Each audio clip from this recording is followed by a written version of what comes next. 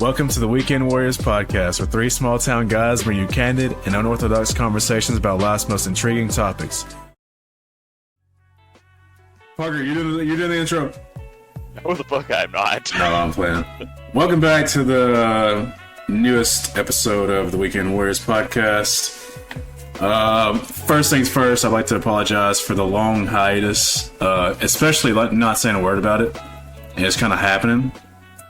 But we're officially back and hitting it like we used to, going in raw, like usual. Absolutely. That's how we do it. We lost our residential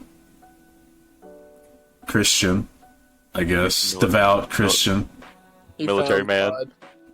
Yeah, Alvarez will I guess probably be maybe like a come and go co-host, but I'm not gonna say he was replaced with Parker, but I mean you can say that if you want to. Like it's not that deep, but Parker's been wanting to be on this shit, so Parker's a good addition to come from a different perspective of like all this shit that we talk about. So yeah, Alvarez will be on whenever he can be on, and we'll have Parker kind of be the third co-host. I appreciate it. I love talking. Bro, give us hold on, actually, matter of fact, let's go round table. Gunnar, how have you been? Like the last 4, 5, 6, however long we haven't uploaded. How you been? Well, I've been good. I'm still an alcoholic. I gained a girlfriend. Pretty cool. Been on multiple journeys, I guess you would say. Story-worthy journeys. Mm-hmm. But still working out, so that's good. And, I mean, other than that, yeah, life's been good. I can't complain. Like Future said, life's good. Mm-hmm. Bro, Life is good. You know what I mean? Alright, let's go, Parker. Let's give like a rundown of kind of... it doesn't have to be like exactly who you are, but like who you are as a person. Like yourself. Oh, well, I identify pretty heavily with nerd culture of almost all kinds. I thought you were about to say he, him, honestly, but okay. You want me to give my pronouns? I thought you were about to give some pronouns, bro. That looked like the direction you were going in. You thought the 48 hours I spent with Tana was I'm just done? That's all I could hold up? Hey, that's how liberals get you. I know. But, yeah, anything with nerd culture, I'm pretty much a part of it. And I've been dating my girlfriend Montana for about 3 years, and that's a big part of my life. I really, really love her a lot. Yeah. Yeah. Okay, yeah. I'll take that. That's okay. Hey, Gunnar, you're a simp too. You got a simp card. Yeah, no, we don't need it. Oh, wait, do I still have that image? Bro, I hope I still have that image. We still have that image. Bro, I think it's fresh in the group chat. I burnt that image from like Well, you should make that what's that, an NFT? Make it an NFT and sell it to people? It'll only be worth like $4.50, but we'll try it. That's more money than I got in my bank account. That's how I feel you. Yo, so how was your trip to go see Blink-182? That's not who I went to see. Dude, it looked lit. It was awesome, honestly. Like, I'm not a big Fall Out Boy fan, personally. That's just, I mean, I listen to them when everybody listened to them, but besides that, I've never been just a huge fan. I maybe knew half the songs at the concert, but I still had fun. I think a concert's a really fun setting to be in. Bro, you were talking about how you wouldn't enjoy it. Yeah, I know. It was actually like kind of a fun. Like I can imagine if I liked the music more, it would have been. I can imagine the experience having a much higher ceiling, if that makes sense. I was thinking about like, I was literally thinking in my head like, bro, if I was listening to The Weeknd right now, and it was this loud, you can't hear anything, you can't hear the person next to you singing. It's like being in your own little fucking personal like scream booth. It would be awesome. I feel like that'd be me going to one of Ye's listening parties. I would transcend. Like, there's no other way to put it. The Weeknd would be probably peak it for me. That's probably where I'd want to be. Maybe like cathartic is a word. There's something so like, and plus I'm not gonna lie, I was like, Bro, I cannot express to you the expense of the drinks. I was not expecting it. So, for the record, I spent almost $110 on drinks. Just there at the concert? At the concert alone? Yes, we got there. I didn't understand how much they were gonna be. So I fucking went and got I got a double Crown and Coke because I love Crown, and a Mickey because I figured I'd drink the Crown and Coke, and then about halfway through the concert I could keep the buzz going with a Mickey. But bro, that by itself was $60, nearly. The double was like 42, and the Mickey was like 15. Bro, they can get away with that shit. And then Tana walked up. She's like, "Oh, are you gonna drink? Do you care if I get one too?" And I already told her like, "Yes, you're not. I'll do whatever." So she walked up and she didn't know what she wanted. So she just asked the woman like, "What do you recommend?" She goes, "Here, let me make something for you to try." And she makes this drink, and Tana takes a drink out, and she's like, "Yeah, that's pretty good." And she's like, "All right, here's the charge." And she pulls it up, and it was $50 a drink. I put that shit on me. Bro, so y'all got like what, 4 or 5 drinks? Yeah, maybe. I told her maybe we got like 5 shots worth of alcohol total. Did you get drunk? Oh, I was toasty, but we also we pre-gamed a little bit. Okay, I got you. Damn. Bro, And I'm gonna get us an Airbnb, and y'all gotta come out to meet with me in Memphis on Beale one night, one Friday or Saturday. Bro, I fucking hate Memphis. I'm not gonna lie. I mean, I would be down for it, but I'll be honest, I can't stand Memphis. That's why you hate Memphis. Do what? You only have bad experiences here. That's why you hate it. Valid, but you know what? If I had bad experiences at the golf course, like getting domed, I wouldn't go to the golf course. Restaurant. Toby has bad experiences in Memphis, and we all know what restaurant I'm talking about. yeah. You know, Hoot Hoot. That gives anybody any idea. I'd be down for it. Yeah, Airbnbs here are cheap as fuck. I've been here. Yeah, because Memphis. And I've never had a problem. Nobody wants to fucking go to Memphis. Bro, for real. And one day you do have a problem, all you gotta do is pretend to not have money. And be like, I just robbed somebody too. Yeah, bro, they didn't try that shit in Memphis. Try to relate with them? Bro, they tried that shit when we were in Huntsville. They fucking yeah, dude walked up to us. Listen, Gave bro, us a fucking like sob story. My sister is a radiologist, and she's gonna be getting her money next week. Bro, there's no way that crackhead had a sister that was a fucking radiologist. Ain't no way. Y'all remember how after we all told him no, he started following us around the store? Yeah, it was real uncomfortable. The whole Kroger.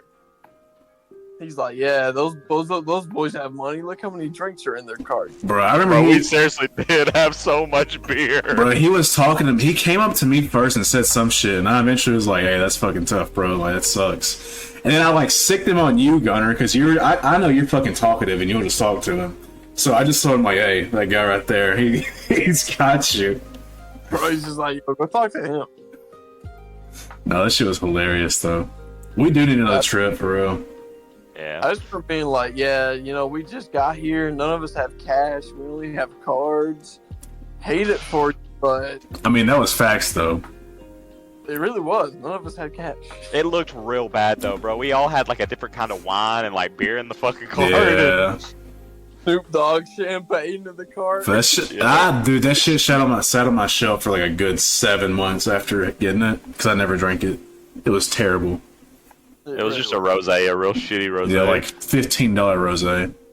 That Snoop Dogg in the front of it. The only reason I got so messed up that whole trip was Draven was like, Gunner, me and you, beer for beer. I'm like, anytime. And then there was just the end. Why did I ever think I could keep up with someone like Draven? You saw it as a challenge. Bro, I did see it as a challenge, and I failed both nights. Bro, you being alive is enough of a win, so... It really is. At this point, it is. Alright, so what do y'all want to talk about? Is there any, like, topics, anything that has come to y'all's mind over the last few months of us kind of being away? 100%. Something we can talk about within 20, Absolutely. 25 minutes. One Yeah, thing I there's- think we can all agree on. I think we can like talk about what Akira Toriyama meant Yes. to us. That's what I was gonna say. What we Okay. we can acknowledge Akira Toriyama for us all. One thing that unites us all. Okay. I'm definitely down to talk about that. Might get a little bit emotional, but Bro, I literally might cry. I mean, Dude, he made a huge impact on all of our lives. he really did. He's literally probably the GOAT. bro, so what was y'all's first thought when y'all found out? Did y'all first find out from me? Mm, I saw an Instagram post first. Okay. I think And it- Tana sent it to me first. Ugh. She sticks up with a lot more news stuff than I do. Like she's always in the news. Yeah. What single character in history is more like iconic than Goku? Like Superman? Maybe, No. but I don't think internationally. Nah. Like Mario, maybe. Mario would be Mario. a good one. That's really it. But if we're talking anime, there's nobody breaks that barrier besides Goku, in my opinion. I mean, maybe like a Pikachu or something, but That's not anime, bro. yeah, no. No, nobody breaks the ground that Goku has. 100%. I agree. See, even non-casuals, like people who don't even know what anime is, they'll still know who the fuck Goku is. Yeah. Yeah, like my parents have never watched anime, always made fun of me for watching anime. Thought I was goofy because I watched anime. I had friends in high school I thought I was goofy for watching anime, but they still would know who Goku is because that's fucking Goku, bro. Oh, bro, whenever we say something anywhere related to anime around your grandfather, he says, "Is that a Dragon Ball?" Yep, what is that the Dragon Ball? Is that a Dragon Ball? Dragon Ball Man, yeah.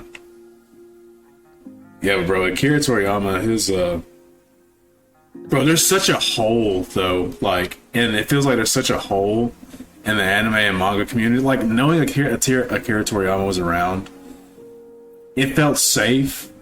I don't know how to explain it. It felt kind of safe, but now that like he's out, there's like a vacuum. Yeah. I mean, we have to put a lot of faith in Toyotaro to try and keep up the streak that Toriyama had. I mean, that's kind of why he had Toyotaro in the first place. Stick around to eventually take up the mantle. It does have me curious the direction Super will go. Like, I'm also, I don't know if I'm more or less excited knowing that Daima won't suffer as a product from it. Like Daima, like he was so minimally interactive in Daima.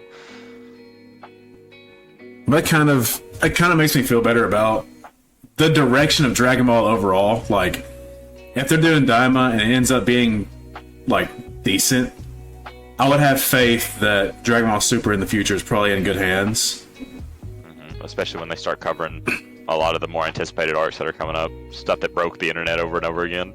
I do wonder if they're going to lean less or more into fan service. They've always been pretty heavy with fan service, at least in the anime. Was fan service an Akira Toriyama thing with the Broly, Gogeta, Vegito coming back, like stuff like that? Like, was that a Toriyama thing, or is that something that like the writers, aside from him, put in? To sell more toys or sell the new toy or whatever it is. I don't know, bro. It'll be really interesting to see the direction it goes over the next year, I guess.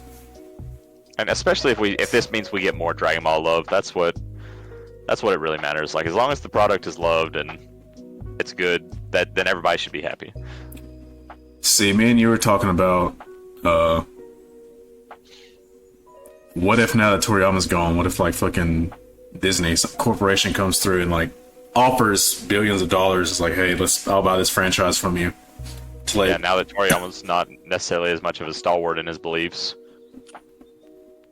Toriyama's always kind of held that belief that the Dragon Ball should stay very, very homegrown, very what it's always been. He never wanted to sell it to a corporation, and now we'd wonder if they would be more likely to sell it to a corporation now that people have less stocks in it. I'd like to believe Japan is so traditional that they wouldn't do anything like that. Like, they're pretty... Japan as a culture is like pretty, like you said, stalwart in their beliefs, so... and traditional, very like especially I don't even know if necessarily that Toyotaro would sell out to a company if he's I don't know. See, the one weird thing that about Dragon Ball has always been who controls what or what percentage of what do you own of Dragon Ball. So like, how much did Toriyama actually have of Dragon Ball by the time he died? That's a great question. When you see, because you know he had to sell out licensing rights to the toys, licensing rights to the TV show, the movies, all these things need separate license. So, how much of stock did he actually have in his own product at the end of it? Even though in Japan it seems like the culture is much more likely like he created this, so he's gonna be. They're very traditional in that way, where he created it, so they'll listen to him no matter what. I think that's probably where, like, he controls the direction of where it went. Like, he can control if the stock goes up or the stock goes down, and that's entirely on him. So if you control the stock, and the stock is technically kind of you, bro, right? Yeah. But now that he's gone, that feels like it's potentially just up in the air.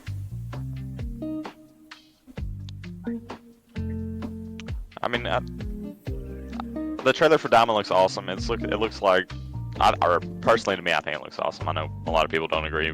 It's getting a lot of very strange hatred, I think, online. It's not even out, and a lot of people have already written it off as like a new GT. Yeah.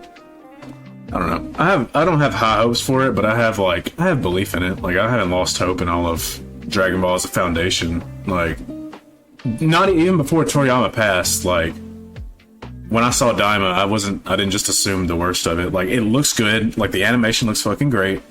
We know some general ideas about it. All the cast are gonna be kids again. You're gonna have like a lot more magic and stuff like that going into it. It's gonna be a lot more focused on like Dragon Ball original aspects, and hopefully it's more kind of like we talked about, more slice of lifey and just kind of fun. Yeah, but people get. I just feel like people get bad vibes whenever you say something like that, like more slice of life and fun. Like, they have this idealistic vision of Dragon Ball Z when they were a kid, and you're fucking 4 years old, and you see Goku transform on the screen, and you start slamming your cereal bowl into the table. Like, it's just there's some Dragon Ball started as a kid show. It doesn't have to grow up with you all the time, and. Or even not even that, just kind of separate it. Separate Daima from Super, and separate all that from Z, from Dragon Ball, from Super, from GT. Separate it all. It's all different. The movies, they're all different. They all have their different vibes. They all got their different flows. Like, just let them kind of be what they are, and let them exist on their own. And that way you're not ever disappointed. And you can just accept it for what it is. Yeah. And you might like find some stuff you enjoy. Like, if you watch through GT is not all bad. Like, it gets a lot of hatred for some stuff. For like Super Saiyan 4 is very much so something that I enjoy very heavily. Mm-hmm. Anytime it's on screen, bro, that negates any problem. It makes me just happy to see. Or the Omega Shenron, bro. I still get happy when Omega Shenron gets love in like the modern day. But Super 17, Baby. There's so many good concepts in GT. Yeah, and like I said, it gets written off a lot. And I think it's even insulting to compare Daima to GT, just because you wouldn't compare something like a Dragon Ball to something like a Death Note. Like, the people that watch Dragon Ball are not the same people that are going to watch like a Death Note. Like, very valid. You can tonally separate things in your head. I mean, you're kind of going through that right now with watching, like, you went straight from Avatar, the animated series, into Korra, the animated series. And tonally, those are very different shows. Yeah, very different. Very different. Yeah, there's so much more lightheartedness. A lot more lightheartedness in Last Airbender, Avatar, The Last Airbender. And Korra's like, it just gets very serious very fast. Matter of fact, hold on, I want to ask Gunnar a question. I don't think I've ever asked him this. Gunnar, how do you feel about GT? I actually like it, like, to an extent. Kind of like what Parker said. I think it's a very drawn out concept. However, there's very, very good ideas in the show. Like, I actually didn't mind the fact that Goku was a kid. I just wish they would have like utilized the side characters more besides Trunks and Pan. Mm. That I have the same issue with GT that I have with going Super Saiyan 3 out of in all of GT, that like bothered me more than anything. Him skipping all the way to Super Saiyan 4 bothers me. His design was amazing, loved it, but like him going straight to it out of a cheat thanks to like technology, that was dumb. You know, that could have been done better. Are you talking about Vegeta? Yeah. Okay, yeah. Yeah. He's talking about the Bloods wave. Bro, that's like they quite literally gave Goku an ass pull, and then just gave like Vegeta some magic dust ass pull. Yeah, it's like ass pull squared. And then they pulled the infinite third ass pull where they fused together Oh my into Super God. Saiyan 4 Gogeta.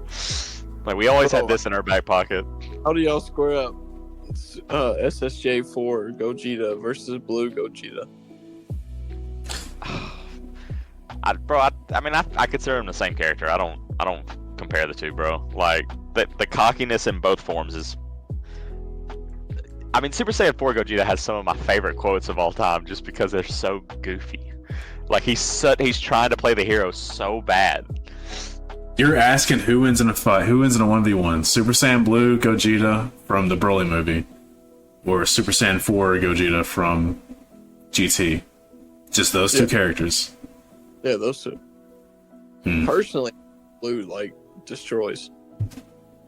I mean, I think canonically, if you're accepting GT, like if you're trying to power scale these two and you're accepting that GT is in the same universe, GT has to be more powerful, right? How? Because It it's comes after Z. But And Super. there's no way they're the same universe, though. Literally no way, because why wouldn't Goku just use Blue all of GT? That's fine. That's fine if you want to consider it's not in the same universe. Like, it can be either or. You can have arguments for both.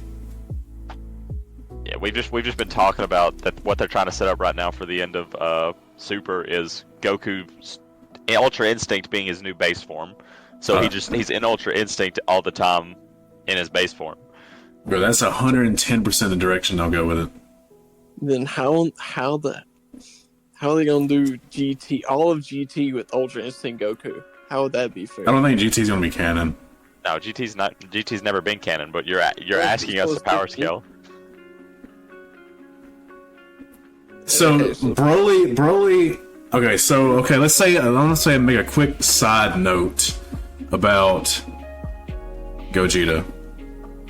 Super Saiyan Blue Gogeta. So Soul Punisher and a couple other moves that like separate the good and evil from you and like fucking kill you or whatever. He has a couple of those, right? Yeah. And Super Saiyan 4 Gogeta is just like Blue Gogeta, does not have like evil in his heart, and he's like pure. So those attacks would not affect him at all. At least not the way it would affect like Janemba or Broly. Yeah, but yet also Super Saiyan 4 Gogeta had the I took all your negative energy from your ball and turned it into positive energy. Yeah, so Gogeta can't do that shit. Super Saiyan 4. He can't do that shit, play that fucking shit against Blue. Gogeta and Broly punched hard enough to shatter dimensions and break into a whole different dimension. Yeah, I mean, so I think that feat alone is pretty stupid. Like, what the fuck does that even mean? Like, how do you even scale that? Now, to be fair, there were characters in Z that also like broke into and out of dimensions. So yeah, like Super Boo and Gotenks, Super Saiyan 3 Gotenks. I guess Janemba's a good answer too, because he kind of tears out dimensional space, doesn't he? Yeah, he can phase in and out of dimensions. And that Lego transport thing. Yeah. But you can argue that even Omega Shenron does, though, when he charges up his his super beam. Not like, it's not that he transcends dimensions, but the frames change colors the whole time. Like, it goes to black and white to yellow, and then. To be fair, Broly did the same thing when he transformed. Yeah. In, No, like, like the Broly not movie. even like transformed. It was that giant ball, wasn't it? That just like flashed all the colors across the screen. Yeah, like Broly's done that in about every movie. I think that's just like effect. Yeah, that's like an artistic choice to try and Yeah. show like dangerous power. I get what you're saying though. But I think Blue Gogeta wins like pretty handily. Once you get past Frieza being able to destroy a planet, like it's so meaningless. You know what I Yeah. mean? Like, how does a Frieza compare to like a Super Baby or a Hellfire 17 or a So like fucking Frieza could destroy a universe by just going to wipe out every single planet. How would that make him any weaker than Cell, who could destroy a solar system or whatever? Didn't Broly wipe out the entire North Solar System? The galaxy. He wiped out the South Galaxy. South. Is that not just a? I think that's just a TFS thing, isn't it? No, that was in the original Broly movie. Really? I The thought that Z was just a Broly TFS movie. thing. That's why King Kai called up Goku. Was he like, hey bro, we got some fucking weird ass Saiyan on a rampage destroying galaxies. South Kai fucking called me up, said he doesn't know what the hell is going on. I need you to come handle this shit. Earth's mightiest warrior. But I didn't know that was a real thing. I thought that was just No, just that's not a joke. That's real. That's real. Yeah, but how do you compare like a Frieza or a Cell that can destroy that to like fucking like how much stronger can Boo be that he just like screams and planets blow up? Yeah, well, exactly. Like, what does it even mean? Like, Because one energy ball can destroy the entire galaxy, compared to Frieza's one energy ball that can only destroy one planet. Yep. We're also talking about the show that inevitably tries to power scale shaking an infinite void. So Oh my god, yeah. I'm not even gonna try to get into that shit, bro. I'm not gonna try to get into that and fucking. Yeah, not like fucking dark matter and. No. Alright, so before we wrap up, we've talked about Akira Toriyama. He meant a lot to all of us and talked about Dragon Ball and shit. I wanna ask y'all's top 5 favorite anime. Gunner, you start, I'll finish. Oh my god. Ever? Sure, yeah. So probably Death Note, Dragon Ball, Naruto.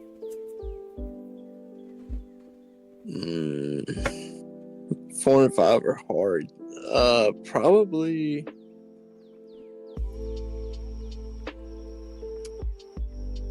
Berserk, the original, at number 4, the 1998 version, and then Hunter x Hunter at 5.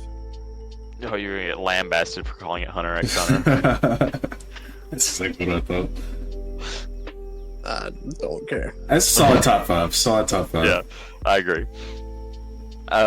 So the weird thing is my top 3 are kind of interchangeable, like depending on my mood.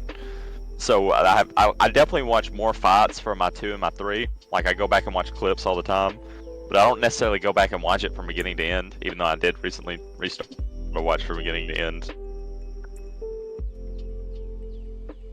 Well, don't leave us on a cliffhanger. What are they? And always has and always will be from the first time I watched it. Angel Beats. I love Angel Beats so much. Yeah, he sticks by that to this day. I stand by it, bro. I To love this that day. shit. And then my second is Naruto. I love Naruto so much. It's super influential, and even hearing that Kishimoto was so, I mean, obviously knowing that he was so heavily influenced by Dragon Ball, but to like show reverence and call him sensei, and it felt really good. And my number 3 has to be Dragon Ball. Dragon Ball's like when I was young, bro, me, my cousin, sitting on the couch trying to like Kamehameha each other or lightning blade each other. It's just, or if we weren't doing that, we were trying to spear each other like from wrestling. So it was just really, it was just, they were so heavily influential. My number 4 probably goes to Full Metal Alchemist Brotherhood. I watched it pretty recently, and it's moved up there. So there might be some recency bias in that, but it's really far up there on it for me. And I'm in love with one half of Death Note. I think one half of Death Note is some of the best written television ever. No, over dramatic and all. That last half brings it down really far for me. Oh, think- you don't like the End Saga? Oh, bro, I think that is like Oh my. Rider AIDS. Have you ever seen the unreleased ending where he's like, he gets sent to purgatory and he's like, you Yeah, have to relive every death? Yeah, there was so much weird shit that came out with the end of Death Note, and I know the end of Death Note left a bad taste in my mouth, but now we have the Death Note live action, which left a worse taste in my mouth, Yeah, it did. which is incredible. And I think Death Note used to be my #1 favorite like overthinking anime, but I think I've knocked it down. I think Lelouch the Rebellion is Code Geass is my number 5. Damn. So you don't have Death Note in your top 5? Wow. That's Just because of the second half? damn. No, I still love Death Note. Don't get me wrong. And like I said, I recently went through it all, or I recently went through most of it with Tana. We're trying to get through those last couple episodes. One. Trying What you to. saying? Death Note's like it's not my favorite, but as far as the quality of an anime, Death Note's like number 1 for me. And the worst part is, like, no, that's why I say the first half is so good, because that gothic style, the very dark, heavily shaded lines, like that and Berserk, the actual art from Death Note and Berserk, they're exactly what I like in art. I think that's what makes the second half sting so much. I mean, I feel you though. Death Note's probably in my top 5. It definitely is, but I do remember I've only watched Death Note like twice, maybe. But I remember my first time watching it ever. It was like the fall off after so and so dies is like they're always trying to recapture what it was with him around, and it just was never the same. It just felt bad. But it's still in my top 5. Like, It's almost like the original creator was planning to end it when he dies, and then like the demand maybe made him keep it going. to be fair, that's how manga and anime works Yeah, in Japan. especially when you're trying, like, the standard is to be serialized, like a shonen, like. That's like Jujutsu Kaisen right now. The final fight has been going on for like 12 chapters at this point. It's insane. Yeah, I mean, that's the dream. The dream is you have an infinite content generation machine that people always want more of. Like, that's what if you're a writer and your living is writing, you always want people to be buying your stuff. Yeah. Which is what made stuff like Dragon Ball and Naruto so popular. The fact that you could count on it every week and go and read it every week. Is it? Okay, so I think Dragon Ball and Death Note and a lot of anime suffer from the same thing. When they get serialized, they get pushed to make more content, and usually that content degrades the actual TV show. Yeah, that's what killed the start of Super. Naruto didn't have that, in my opinion. I don't think Naruto had that. They have some sketchy bits of animation, but the one thing that Naruto benefited from was they stuck a lot of filler in that first of Naruto, like the show, the first part of Naruto. Yeah. They stuck a lot of filler to force the manga to be so far ahead of them. By the time, like, they set some crazy deadlines for, like, trying to make sure that there was plenty of manga to write out when they eventually got to the good stuff. There's like 700 episodes, right? Even then, the Naruto filler wasn't bad. Do y'all remember the episode where they were like trying to unveil Kakashi's mask? Yes. Oh yeah. Not a bad. That's not a bad. Bro, they were episode at all. the only problem I ever had with Naruto filler is that they were like complete 20 episode filler arcs that you don't know if you're actually watching the anime or if you're like watching filler. Filler landmines, bro. Yeah. All right. And, Go ahead. did you go ahead and give your top 5? I was going to, but I was going to let you finish with your statement whenever you're about to say. Oh no, go for it. Well, we can talk about it some more because I'm sure it'll come up in your top 5 too. All right. I'm going to start with 5 and go to 1. So, All right. my number 5 is Death Note. We already talked about it.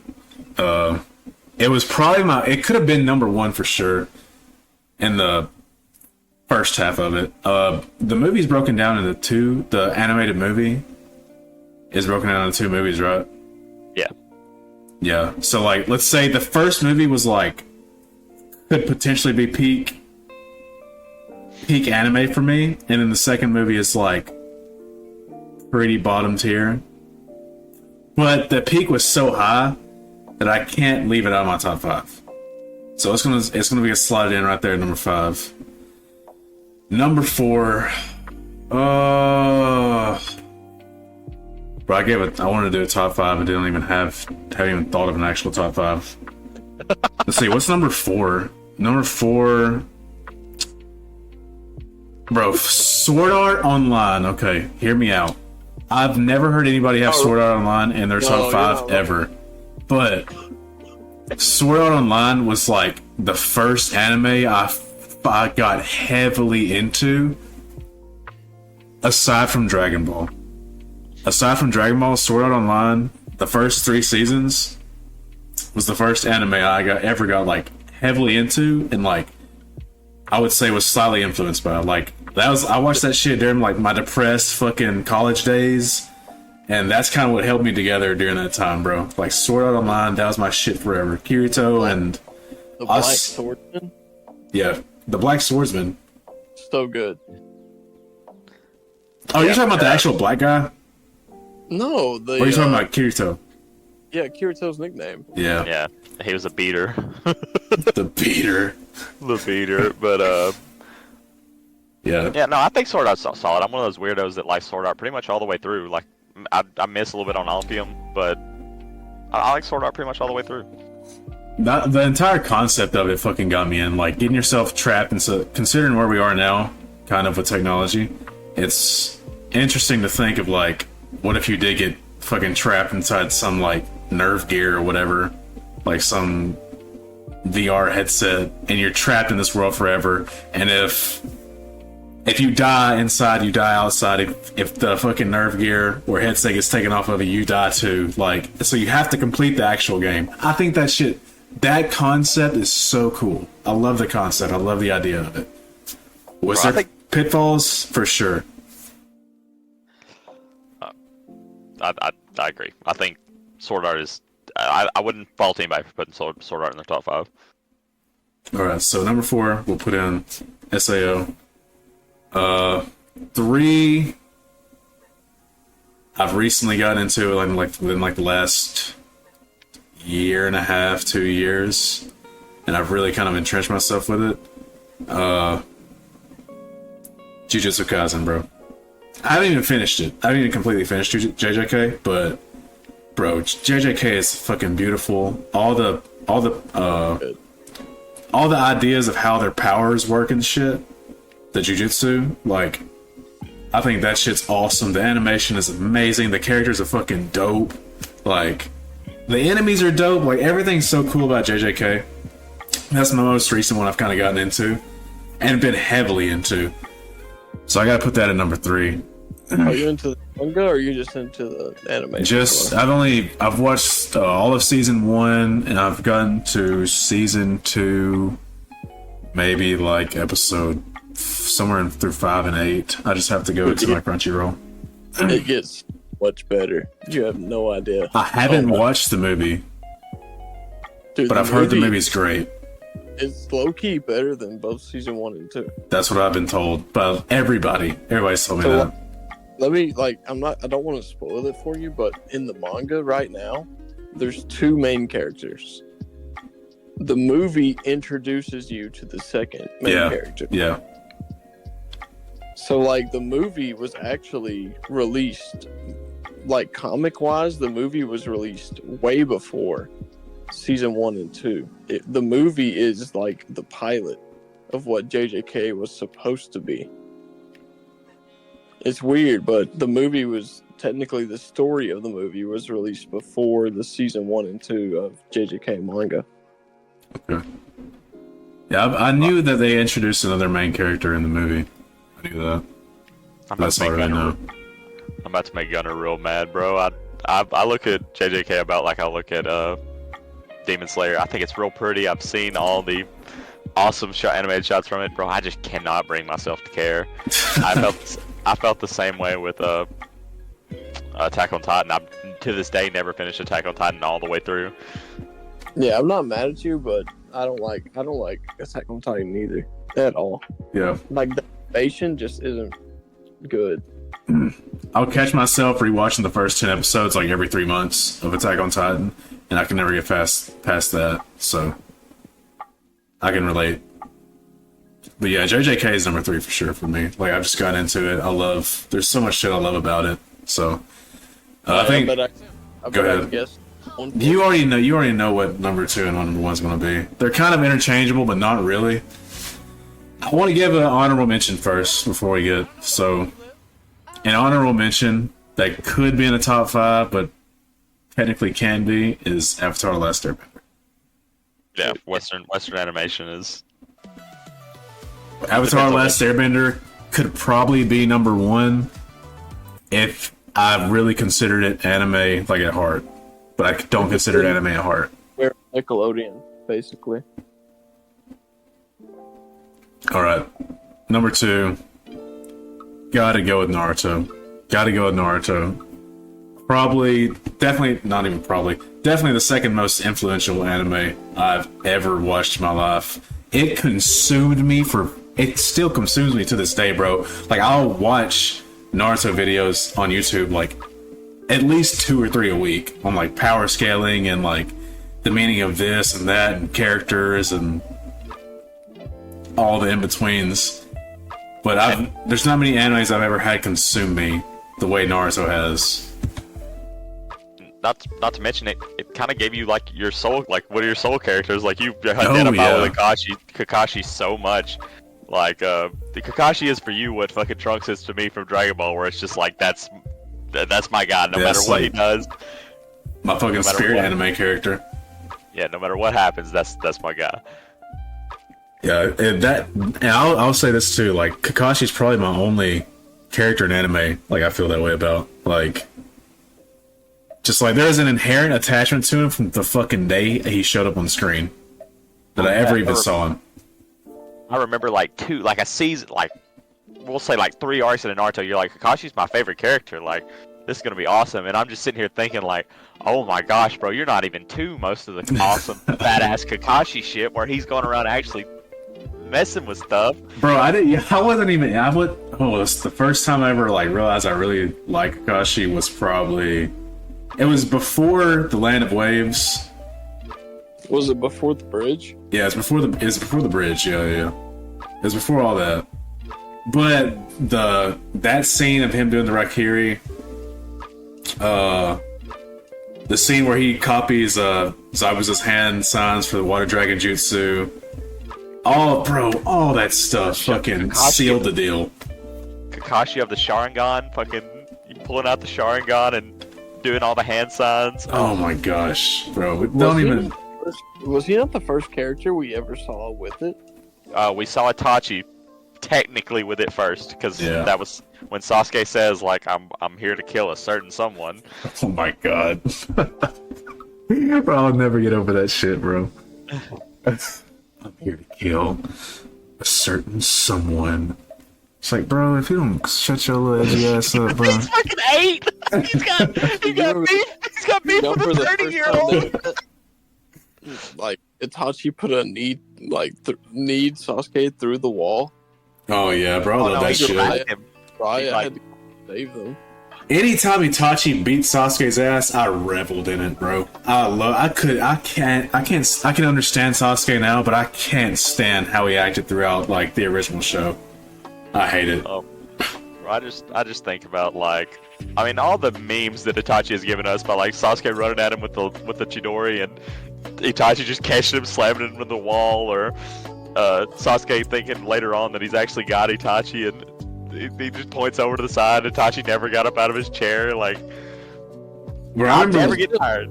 Still to this day is my favorite fight in all of Naruto. Is Itachi versus Sasuke. Bro, that was a great fight. You get to see for the first time. You get to see the semi-perfect Susanoo. Oh, and you're what is that? Bro, not even the best Susanoo in the entire show. Yeah, the only one they literally is. decided to give like 4 abilities He has to. the, what is it? The impenetrable shield and then the soul snatcher sword. The Yada mirror and The Yadomir, yeah. Totsuka Blade. Tosuka blade. Hosuka Blade, that's what it is. The one thing that almost killed Orochimaru, but didn't. Oh, it killed that version of Orochimaru, but what can you fucking do? That boy's a snake. That's a snaky boy. Boy just exists. But you also Sasuke's one move, he's like, this is unblockable. And Sasuke's like, or not Sasuke, but Itachi's like, bet. An egg. And you know what hurt Sasuke's feelings so much more to know his brother died fighting him, but he was also dying of just fucking chakra AIDS. So like he could have, if he was at his prime, he could have taken you 100 times over. Bro had Like, like we see- stage 4 terminal cancer and was like almost about to kill Sasuke, and he just falls over, just croaks. Didn't Itachi's dad also have the man gecko? Like, Well, we don't know. We the only thing we know is that Itachi said that his dad would have been a bad matchup for him, so he had to like take him by surprise. The Wicked Eye Fugaku, that's what his nickname was. even when he like went to kill him, his dad was like, I don't want to have a death battle with my son. Well, he also said like I understand, like you're doing this because you have to, like that's loyalty. Yeah, that makes sense. Yeah, it's for the Wheel of Fire. That's all he kind of understood, like he had to, as a mission. Speaking of Itachi, that's Parker's favorite character. Oh, 100%. Dude, I'm a huge Itachi fan, but I do think people overrate him just a little bit. Bro, I don't think you can overrate Itachi, but I recognize that that's one of my. Not as a character. I'm talking about power scale wise. Oh, I still, bro. As a character, I think he's great. I'm a Itachi dick rider when Bro, it comes to it. power scaling, Itachi's like, I have tiers. I think we've tiered them off, Parker. Me and you have done that back there pretty well. Like S to Yep. C, or even like F if you want to. But Yeah, we just don't. Itachi is kind of like the Minato, where like that's the found, like you get in A tier, that's where Minato, Itachi, some other characters are, and once you bust through that gate right there, that's when you're like Naruto, Sasuke, Eight Gates guy, yeah, Madara, Gates, Madara, yeah, shit like that. Hashirama. All right, let me move on. Naruto's number 2. It's just dope. I was consumed by that shit for years. I still am. But I want to talk about the anime that has consumed my life for over 20 years and will never not be, like, in terms of influence on my existence. Like, I'm not kidding. I know it sounds like an exaggeration, but I'm not fucking kidding. Dragon Ball has had more influence than literally anything in my life. Literally anything in my life, like in terms of how long it's stayed around, even times where I didn't watch Dragon Ball, like it's always kind of been in the background. But Dragon Ball, Dragon Ball Z, GT, Super, I might not like some of the shit they do, but that shit will always be the most influential TV show on my fucking existence. Bar none. It's not even really close, like, to be honest. I mean, I used to think I really loved Dragon Ball because everyone I had ever met just didn't know as much about Dragon Ball as I had. Like, no one had known about Super Saiyan 5000 like I'd known, or fucking Dragon Ball AF like I'd known. And meeting Kobe and finding somebody that loved Dragon Ball, not even as much as I did, but just more than I did, and having such a respect for it. Even that being initially the reason why we even talked to each other. Oh yeah, it really is. That's the first thing we kind of bonded over was Dragon Ball. That's the first thing I bond over with a lot of my friends too. Like, when I tell you the influence this fucking TV show, anime, cartoon, manga, whatever you want to call it, like, I cannot downplay the impact that Dragon Ball has had on my life. Period. It's what has gotten me into anime. It's what has connected me with like at least half of my friends that I have. It's what has gotten me into the gym to get me to the place I wanted to be. Like, what's kind of held my head up high when I've been low. Like I'll always have utmost respect for Dragon Ball Z and Dragon Ball and Toriyama, Goku, Vegeta, all of it, bro. I can't not. I just love it. That's number one. The lean in, but yeah, I think we figured that all. Yeah, that was who, those who know me know like easily, but it just needs to be said again. Like I can never understate it enough, overstate it enough. Now that we're past all of our lists, you kind of want to like have any like what's the word I'm looking for? Like beat back anybody's doubts or like make sure nobody has any doubts about what this is going to be about in the future. Like the podcast, it's not changing what it's going to be or anything. Yeah. We're 50 minutes in, so we can talk for a few more minutes. I still gotta eat dinner, bro. So yeah, we'll chat about it a bit. Yeah, we're not going to sway from our formula. Like we're gonna still do what we talk about, like fitness, the gym. But the thing is, like I think the reason people like our podcast is because we talk about real shit and don't care to kind of put ourselves out there to kind of relate to other people. Like I want this show to be very familiar, but also kind of different with the familiarity. Like, be relatable, but like in a different sense of like, I'm kind of like your homie. Like, that's sense. Yeah. Like, if you want to accept what you want to talk about, how you feel. Yeah. Like, so I'm cool with doing like topics and like points and bullet points, but I don't like coming in here with like a written down kind of script. I'll make notes if needed for whatever topic we're talking about, but this is interview questions. Yeah, most of the shit's like off the dome. That's how it's always been. It's always been fucking real, off the dome. We just like chat. We're just homies, all of us, and we just kind of are here to chat about things we relate to that hopefully everybody else relates to, and that's not going to change with anything. Like, we'll have more guests on. Alvarez will be in and out whenever he can show up. Parker sure will be a mainstay. I want to stay here. Gunner is probably going to stay here, I assume. I don't think he's going nowhere. So no, I ain't got nowhere else to go. Thanks. So I mean, like, nothing's going to change. The formula stays the same. Yeah, and this might have been a particularly nerdy episode, but we're all still sore over Toriyama. And oh yeah. Shout out Toriyama. This episode's dedicated to him. And see, that's something I will say that's something I'm going to really enjoy about having someone like Parker on, or just Parker, not even someone like Parker, just having Parker on, that like, because he can, it's not just me and Gunner having a conversation about anime anymore, where like Alvarez, like that kind of wasn't his thing. Like, he's into different shit and not really, like, he likes Pokemon, bro. That's not anime. Come on now.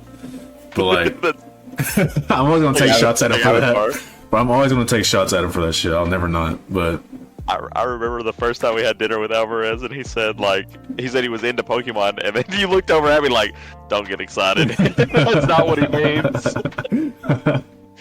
No, but like, no, the formula is gonna be. I think it'll be better because, especially on the fitness and philosophical talks that we want to have and that we have had, the more deep talks, nuanced, things that aren't black and white, more gray areas. I think having Parker here will definitely push us in a direction that adds to the nuance, and there can be more conversation around those topics. And I think it can lead to more like just fun talks and more interesting thoughts that everybody can pick up on and talk about, give feedback to.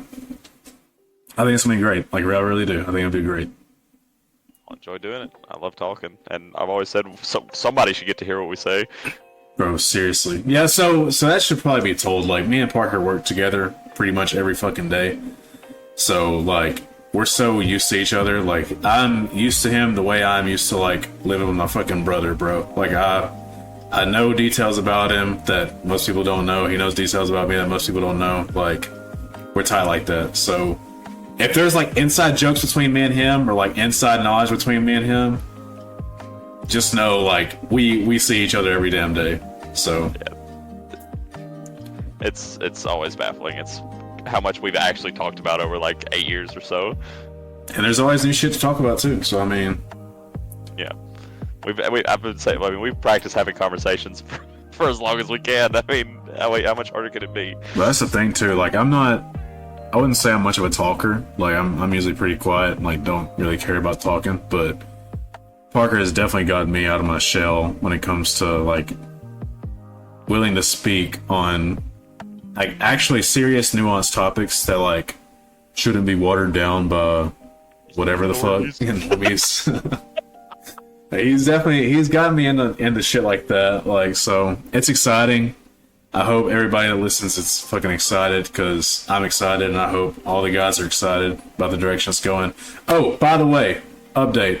I made a new banner for the podcast. I made a new poster for the podcast, so I need to update all that shit across our platforms. But yeah, that's really all I gotta say about it. Do y'all want to add anything? Just that I'm excited to be here. Bro, Kobe moved like half a mile away from me. Party at Kobe's house every night. Yo, hold on. Bro, Like, he's only like 3 miles away from me. seriously, I was gonna tell y'all this. If I have so much fucking space in here and so many couches that I can actually set up microphones and we can just sit in here and fucking talk and like take some shots, talk, and just have a good time and record a podcast. And that's just the excuse to get together. I'm about it. A good excuse to drink. I'm down. Gunnar, how often are you in town? Like, are you even in town anymore like that? If we're recording a podcast, I'll be in town. That's awesome. Okay. Bro, imagine when Budokai Tenkaichi 4 comes out. We just have a Budokai tournament. We should just do a live podcast, so it's just Bro, fucking... Loser takes a shot each loss. Oh, Jesus Christ. Bro, I'll be faded. Bro, Parker wouldn't lose, though. That's the bad thing. But no, the thing is, if I ever did lose, I would start losing bad, though. 2 wins straight, you take a shot. 1 loss, you take a shot. No, I mean, that's fair to Parker. That's fair to Parker. See how he reacted? See how he reacted to that shit? Bro, I'd take like 3 shots and I wouldn't know what button I was Bro, hitting. he's gonna take those 2 shots. He's gonna take 2 shots for winning twice in a row against me and you. I think we just had to take turns to beat the game real quick so we could unlock all the characters. Yeah, that'd probably be the most fun thing to do. Just kind of play through the game. Yeah, Just see if they unlock changed characters. anything on the story mode, see if they went more. Yeah, it's not even fucking 2-player though. Like that's Oh yeah, no couch co-op. Oh yeah. Xenoverse and Xenoverse 2, nothing changed. The story was the exact same. No, the story is making the story the exact same. Yeah, that's even funnier, bro. You make sure you don't get away from this fucking formula. Like supreme capitalist Dragon Ball mindset of this is what sells. We do this. Well, I love it. You insert your OC to keep the Dragon Ball world the same. What everybody wants. No, don't do anything different, Akira Toriyama. That's wrong.